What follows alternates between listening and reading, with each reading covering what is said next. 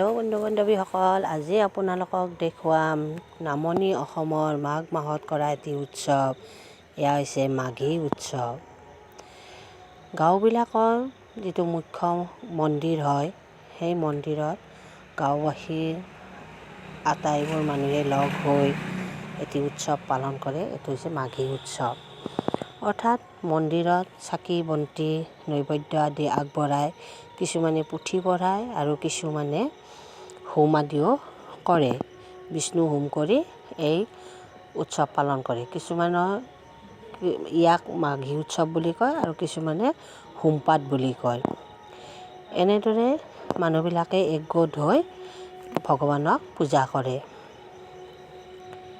এয়া চাওক, মই কিছু এই উৎসৱৰ আপোনালোকক দেখুৱাইছোঁ।